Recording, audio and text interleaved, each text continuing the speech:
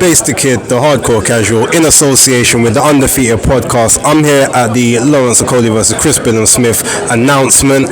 Also, British Cruiserweight title fight. LAWAL versus Isaac Chamberlain. Fellow South Londoner Isaac, how you doing, man? Come on, I'm good, brother. I'm good. Now, I want to sort of take it back briefly to back in the day. Now, I was actually at your fight, British Beef, yeah, with Lawrence. Now, from then till now, what do you feel is like the level that you've reached in the game in terms of like maybe your mindset, skill set, how you were training then to how you're training now? Like what's basically been the journey since that day? Brother, everything has changed. If I was to really describe everything, we'll be here until tomorrow, cuz. But honestly, man, it's been such a journey, you know. It's been such a journey with boxing, with my new coaches. Well, they're not new, I've been with them like 2 years now. Connor Ward and Bobby Mills. You know, we've been working very, very hard in the gym, and I can't wait to show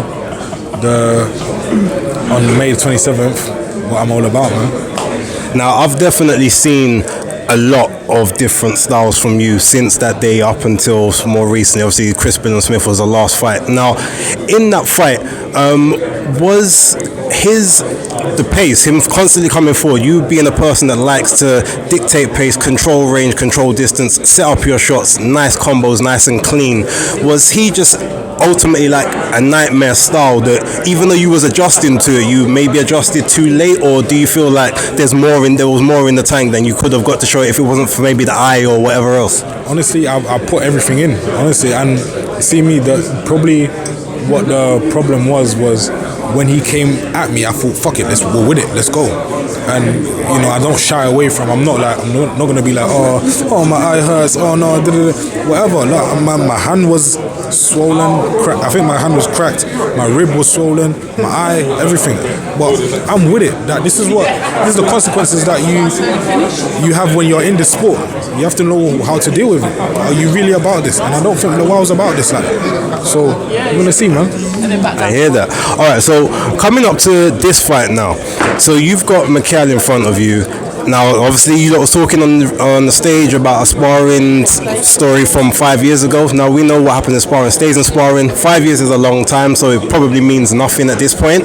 But what is it, if anything, that you know about McCall that makes you say, no, this is the fight I want, because either he's easy work or I just know that when it comes to this British title, it's mine. Like, what was it about him? I just want the belt.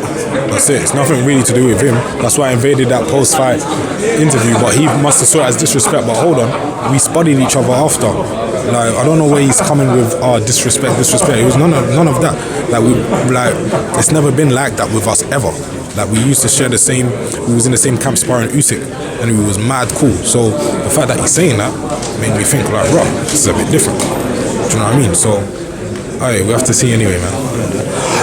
One thing I want to sort of know, do you think cruiserweight, right, the jump from light heavy to cruiser, that 25 pounds, do you feel that there should probably be somewhere in the middle? Because not even a criticism, but one thing I've heard people levy at you from back in the day was that you are too small to be a cruiser, but way too big for light heavy. You just got to deal with the cards life throws at you, man. That's what I'm all about. I don't really complain because look at me now. I'm a lot bigger now than I was before. So I worked on it.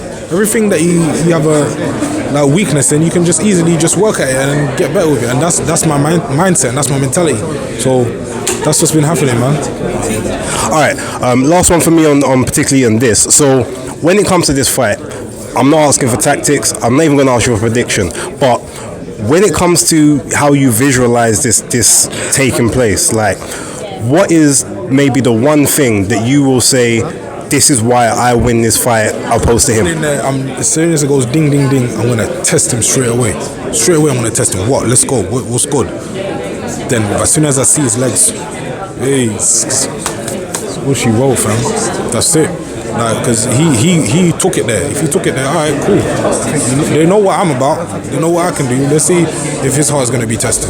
Let's see how he handles it. And once you get this British, God willing that you get the British, do you want to defend that and keep it outright? Do you want to try and use a stepping stone? We'll see what happens. If there's any opportunities to fight you know, for a world title.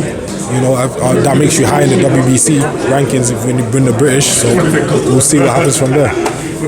Well, Isaac, look, best of luck, man. You got South with you, so let's up. All right.